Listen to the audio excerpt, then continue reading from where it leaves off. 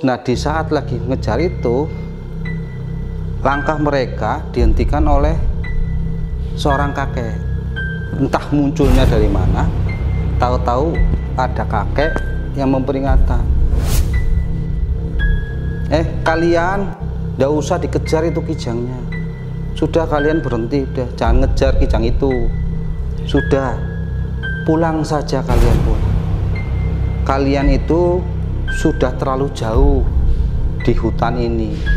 Kalian juga tidak tahu di mana sekarang, di hutan apa ini namanya. Ini hutan bukan semestinya untuk kalian. Pulang saja kalian, daripada kalian malah tidak bisa pulang. Kalau kamu pulang, kalian jalan lurus ke arah sana dan jangan belok-belok. Apapun yang terjadi, mau turun lembah, mau naik lembah, kamu jalan lurus aja. Assalamualaikum warahmatullahi wabarakatuh. Salam Rahayu. Kembali lagi di Ngromet Ngromyah Medeni. Bersama saya Guntur Saketi, kita akan ngobrol-ngobrol terkait dengan dunia gaib.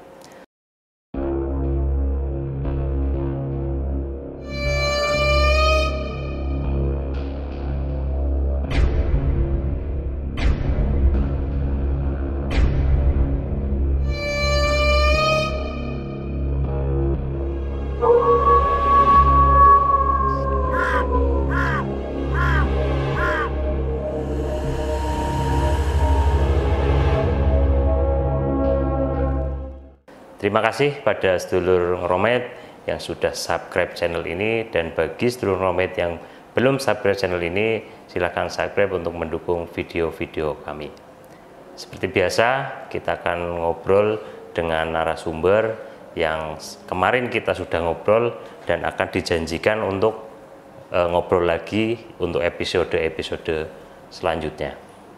Kita langsung saja ketemu dengan Mas Bayu nih ya, Mas Bayu Nestafa, yang kemarin kita sudah ngobrol terkait dengan kisah-kisah di lereng Gunung Slamet. Ini kita akan melanjutkan kisah kemarin. Selamat malam, Mas Bayu. Kang Guntur Saketi. Sehat nih, Mas Bayu? Alhamdulillah. Gimana Mas Bayu ini? Kemarin kan ngobrol seru ini. Ada cerita lanjutannya nggak ini? Iya, kemarin baru sekelumit kemarin. Oh, baru sekelumit, iya. Berarti masih panjang. Masih banyak, kebetulan ini Kang Warto ini memang sumber ya. Banyak cerita-cerita yang menarik ya, yang perlu mungkin dibagikan ke sedulur Ngromet.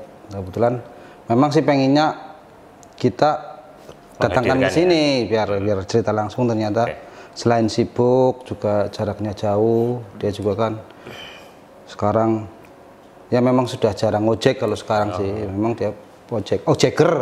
Untuk kali ini cerita apa ini yang akan disampaikan? Itu pengalaman kisahnya Kang Warto bersama 3 temannya saat berburu berapa ini? Kijang. Kalau di bahasa sinilah, Tegalan, Slawi, Brebes, Tegal, Pemalang itu kidang.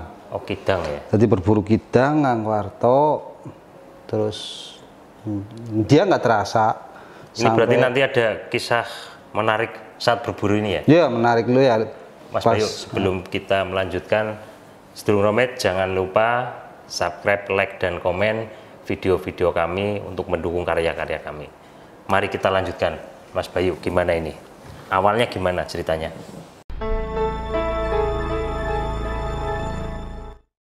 Jadi seperti yang telah diceritakan awal ya, Kang Saketi, bahwa Kang Warto ini kan berprofesi sebagai tukang ojek nih, ya kan? Memang kesehariannya sebagai tukang ojek.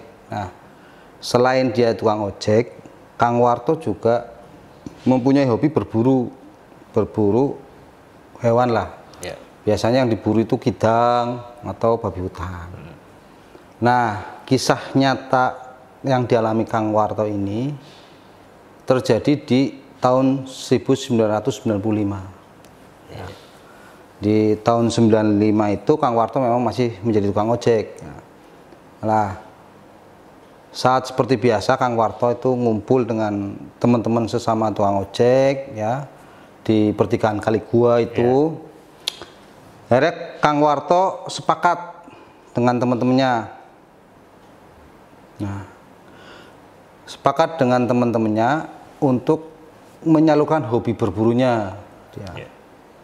Nah, saat sudah sepakat, mereka sudah menentukan hari, sudah melakukan persiapan, ya.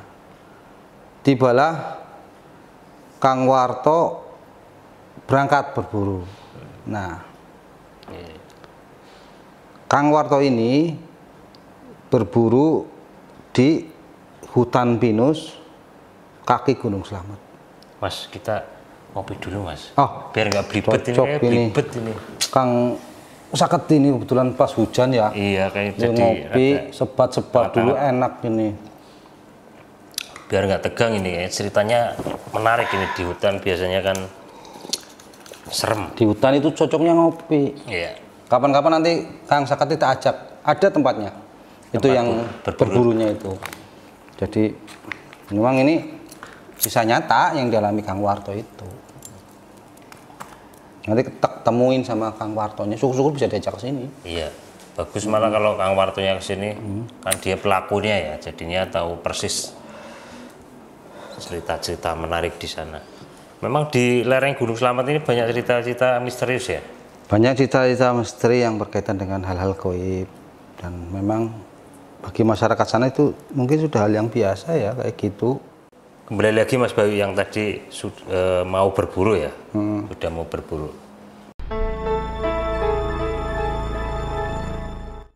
Setelah sepakat ya hari itu, Kang Warto ini berburu bersama 3 temannya ini. Oh, 3 temannya ya.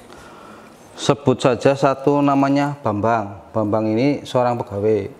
Ya. Kemudian Najib.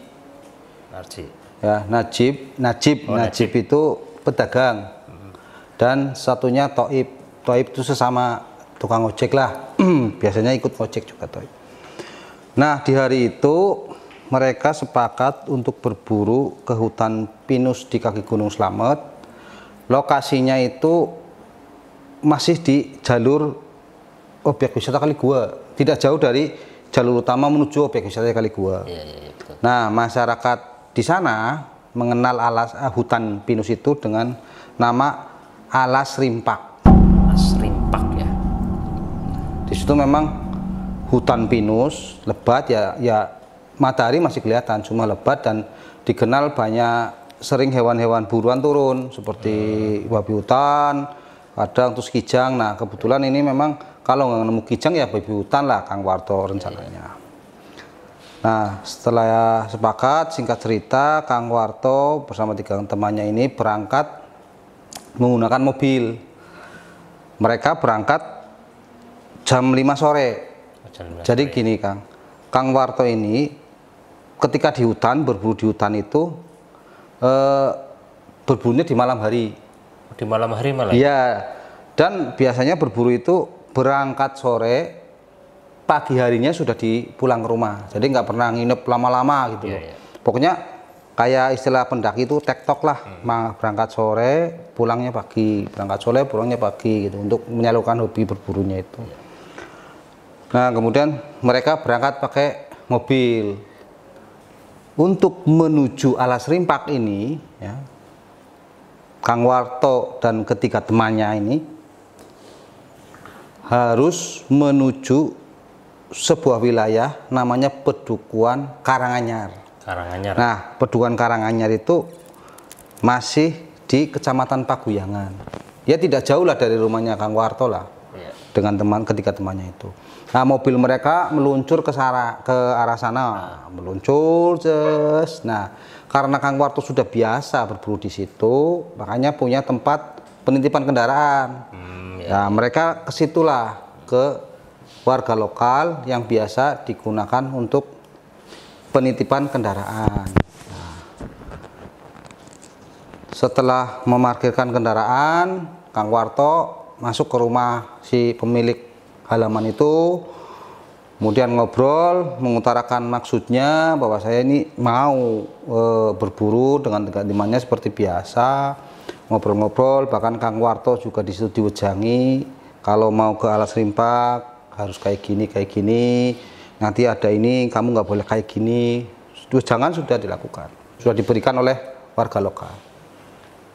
Nah, singkat cerita, sekitar pukul habis maghriban lah, itu habis maghriban, Kang Warto mulai masuk ke Alas Rimpaknya, artinya menuju Alas Rimpak. Karena dari perkampungan itu harus berjalan kaki lagi, jauh berarti. Jauh, menyusuri persawahan, perkebunan, barulah hutan pinus itu. Nah, mereka berjalan, tidak ada perasaan aneh-aneh, berjalan terus santai, banget. Ya, pakai senter kan malam. Nah, setelah terdengar azan Isya, Allahu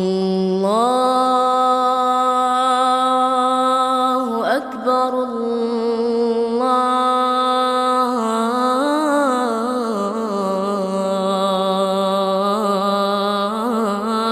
Akbar. Rombongannya Kang Warto ini sudah berada di pintu masuk hutan pinus ini, Alas Rimpak ini.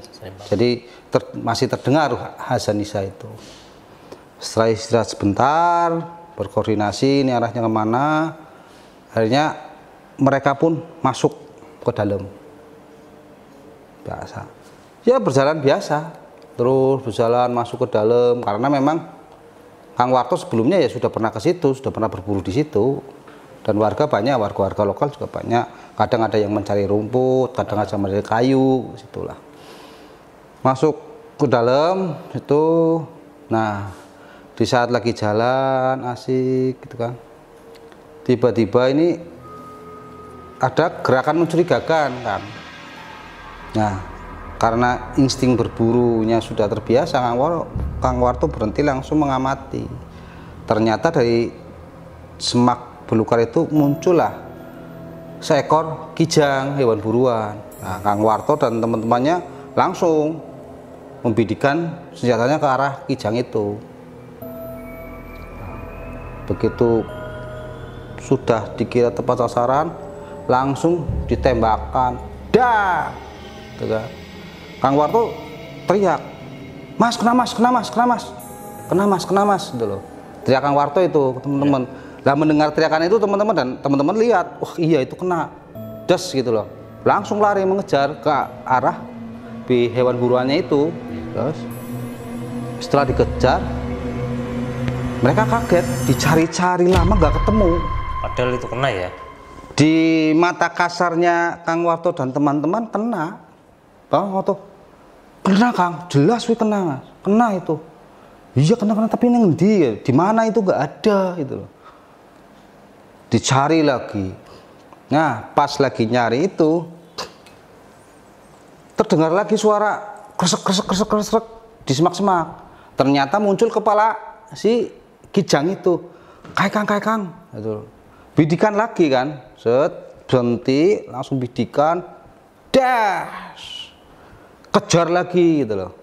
Kena, kita kena, ini kita kena ini kena ini, kejar, ternyata nggak ada lagi. Terus Kang Warto mengejar incaran binatang ini tanpa curiga apapun. Dia ngejar lagi-lagi, nembak binatangnya, nggak kena, meleset.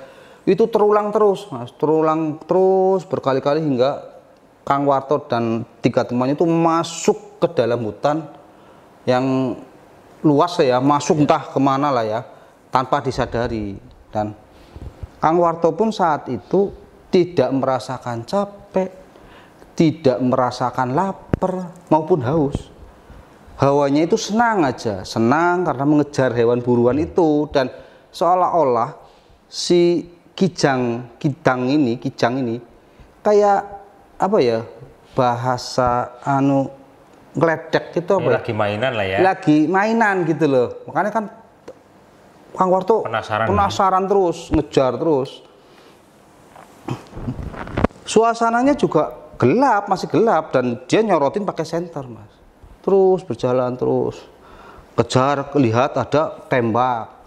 dikira kena, kejar lagi, ternyata nggak ada, tahu-tahu sudah muncul di sisi lain. Nah, terus di saat lagi ngejar itu, langkah mereka dihentikan oleh seorang kakek. Entah munculnya dari mana, tahu-tahu ada kakek yang memperingatkan.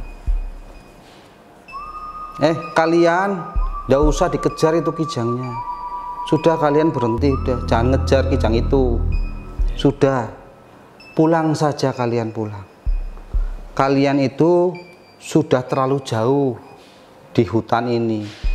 Kalian juga tidak tahu di mana sekarang, di hutan apa ini namanya. Ini hutan bukan semestinya untuk kalian. Pulang saja kalian, daripada kalian malah tidak bisa pulang. Kang Warto di stop. Kakek-kakek itu pun kan kaget, terus kaget lagi dengan kata-kata peringatan itu. Akhirnya Kang Warto pun memutuskan untuk menuruti perintah kakek-kakek itu. Jangan tuh. Oh iya Pak, iya saya tak pulang saja, jawab Kang Warto. Ya udah, kalau kamu pulang, kalian jalan lurus ke arah sana dan jangan belok-belok. Apapun yang terjadi, mau turun lembah, mau naik lembah, kamu jalan lurus aja. Nah, lurus terus,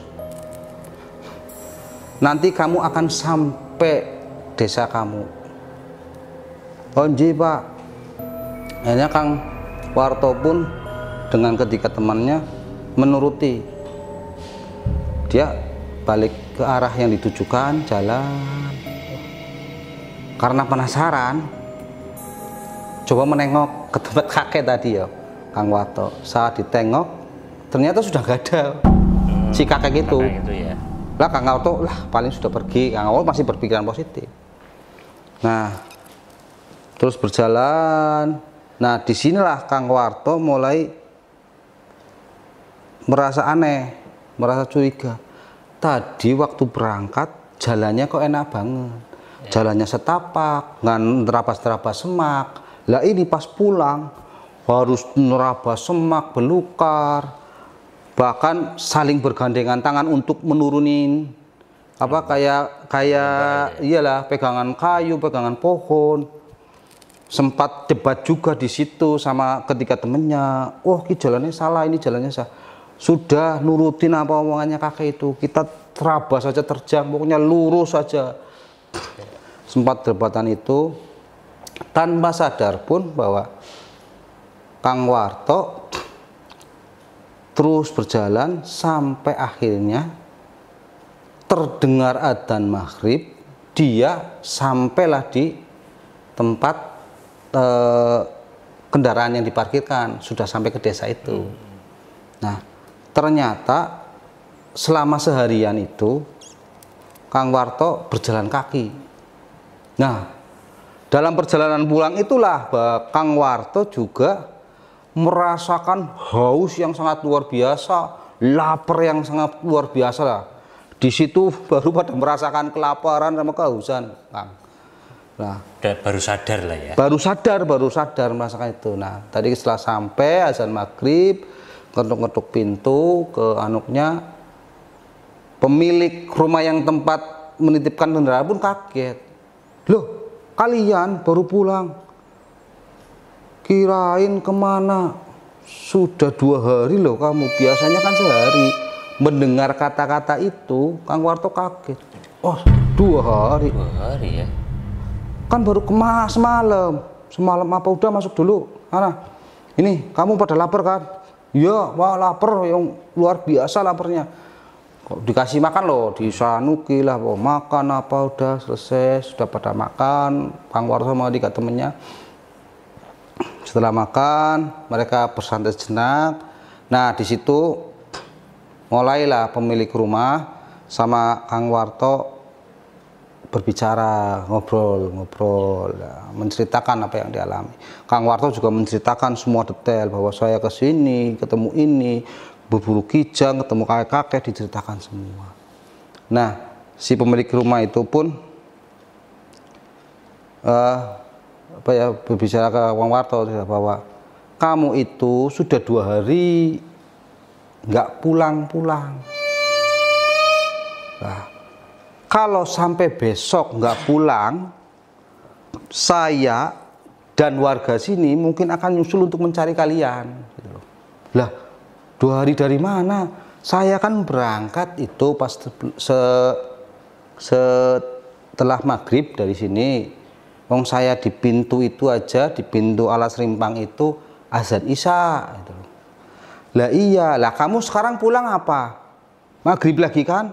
Mestinya kamu kan pulang biasanya pagi. Iyalah, kamu di sana ketemu siapa? Gitu kan?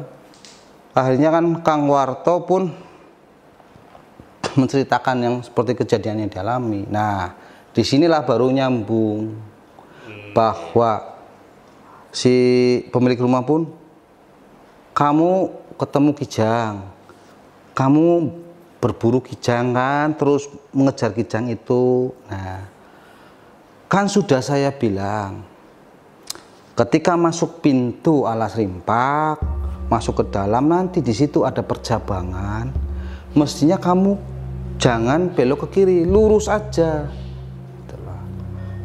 Nah, setelah diceritakan itu, Kang Warto pun baru sadar bahwa dia dan teman-temannya itu pas di pertigaan itu telah melanggar apa yang disampaikan. Dia mestinya lurus, tapi dia belok ke arah kiri. Jadi kan kayak agak naik turun kayak gini loh, ya kan?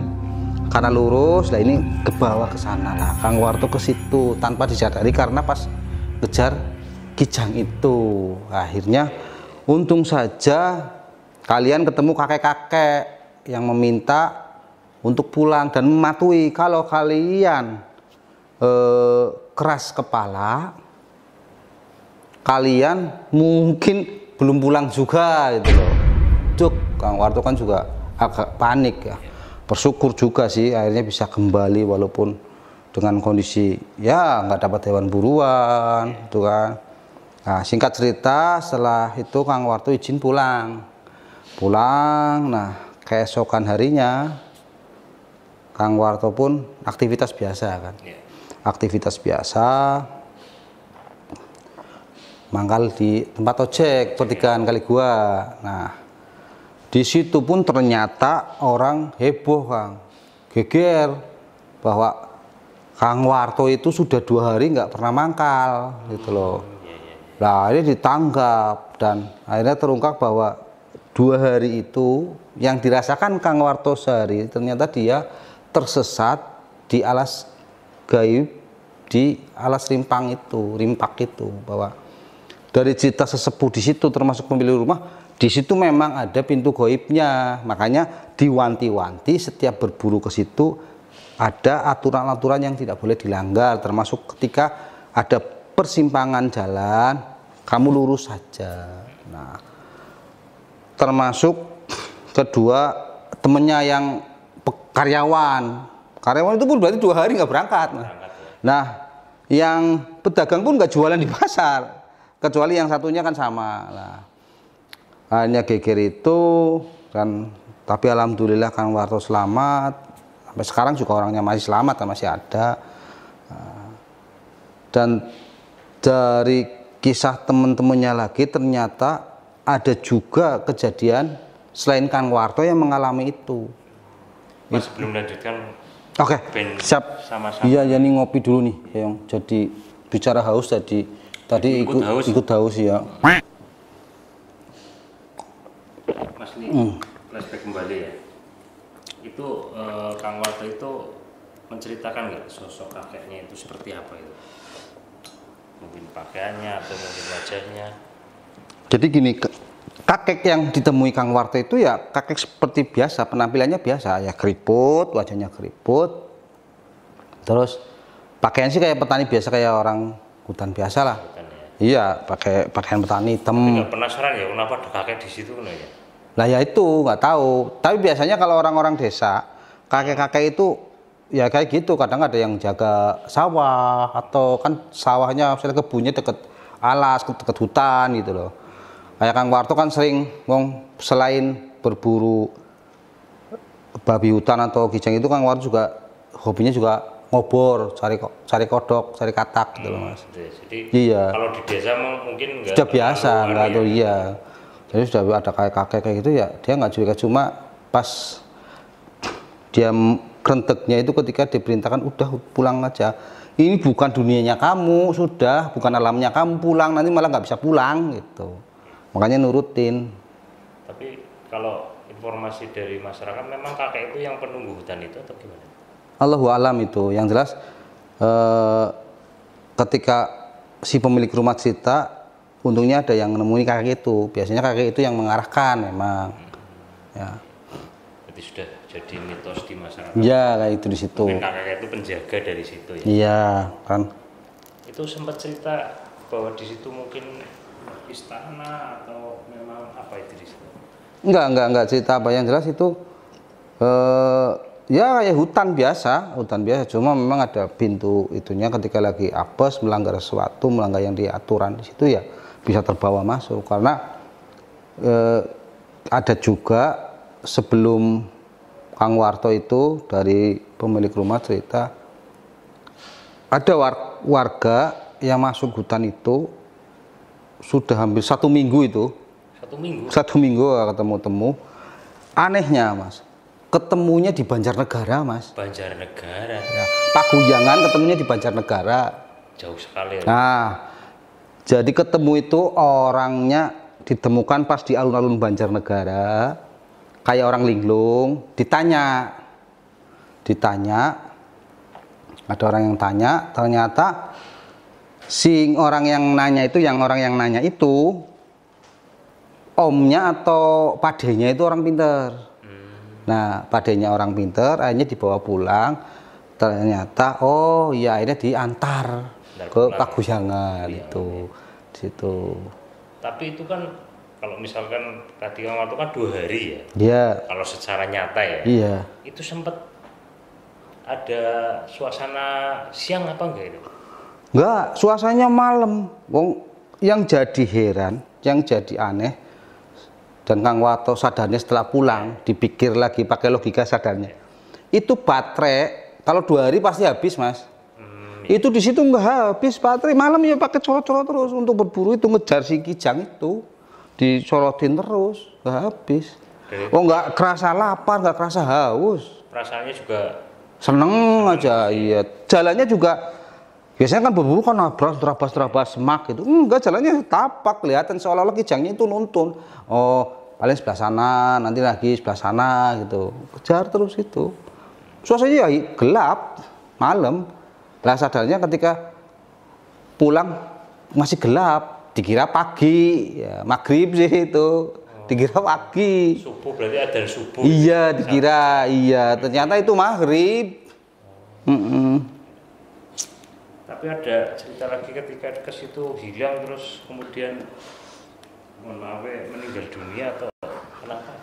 Selama ini belum ada cerita itu. Alhamdulillah semuanya bisa tertolong gitu. Cuman yang ini tadi ya paling sehari atau tersesat berapa jam di situ. Kalau jadi seperti itu cerita Kang Warto yang tersesat 2 hari di hutan gaib ini.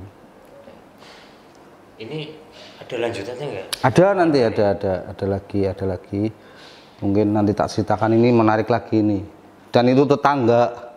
Oh. Kisah nyata lagi ini. Ini masih di Kang Warto nih ya? Iya, masih cerita Kang Warto. Sedulur Romed, demikian tadi kisah dari Kang Warto yang diceritakan Mas Bayu Nestapa ini, dan ini ternyata masih ada lanjutannya. Kita nanti simak lagi untuk episode selanjutnya. Sedulur Romed, demikian edisi Romed kali ini, dan jangan lupa subscribe, like, dan komen video sebanyak-banyaknya. Terima kasih. Assalamualaikum warahmatullahi wabarakatuh. Salam Rahayu.